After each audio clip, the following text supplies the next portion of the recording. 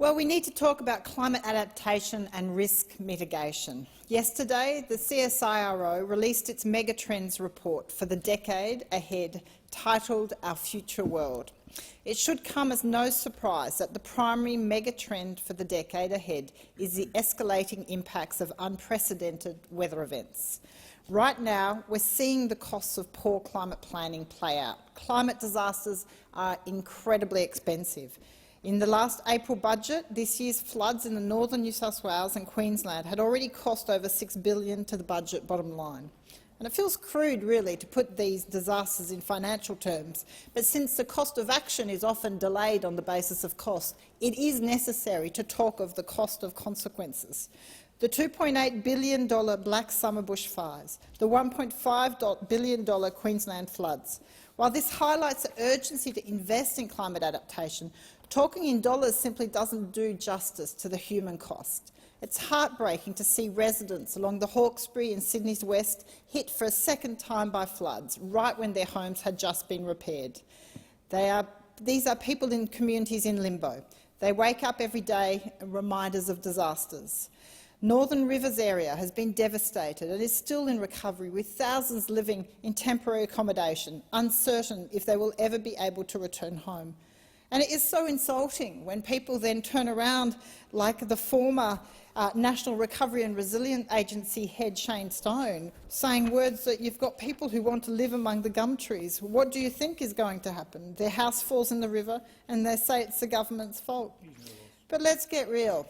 All levels of government must accept responsibility for decades of negligent planning and be part of the solution. It is governments who have opened up lands on floodplains for residential development and allowed building to be constructed on sensitive sand dunes. Australian families need an affordable housing, and they are the ones who suffer from poor planning. We need proper planning, preparation and mitigation. According to a report by Deloitte Access Economics, only 3% of public money allocated to disaster relief is invested in preparation and mitigation. The Emergency Response Fund, established in 2019, has committed just $150 million to disaster mitigation, while earning more than $800 million in interest. In Warringah, all 3 council areas have been declared disaster zones at least once this year already. Insurance premiums have skyrocketed and infrastructure has been impacted. The Manly Post Office remains closed months after the March flooding event due to damage incurred. With extreme weather on the rise, our beautiful coastal communities are at risk.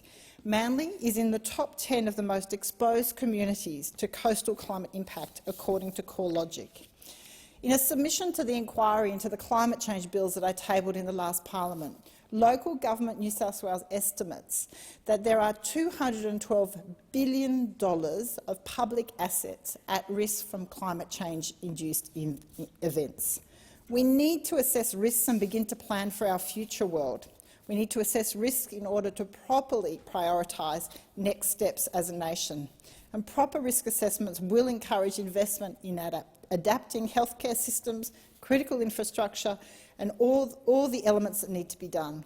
But right now, systems simply can't cope with compounding impacts from climate disasters. The heat waves, floods, droughts, water shortages, impacts to water quality, bushfires and bushfire smoke, sea level rise. The type of risk assessment and response needs to happen across the country. We can't ignore the risk to communities, where climate disasters are rendering households and businesses uninsurable. Leaders anticipate, losers react, and for too long our governments have denied and underplayed the extent of the risk to our way of life from global warming. We must prepare our communities and keep them safe. So I welcome the Climate Targets Bill tabled this week by the government, but it doesn't go nearly far enough. And a comprehensive climate bill should also have national risk assessments and adaptation planning, because as the State of the Environment report told us, there's already significant climate impact baked into our already warmed world. We have to balance our actions from risk mitigation to adaptation to resilience building. And that's why I urgently call on the government to make sure that the Climate Change Authority prepare a national risk assessment identifying communities, sectors and environments most at risk.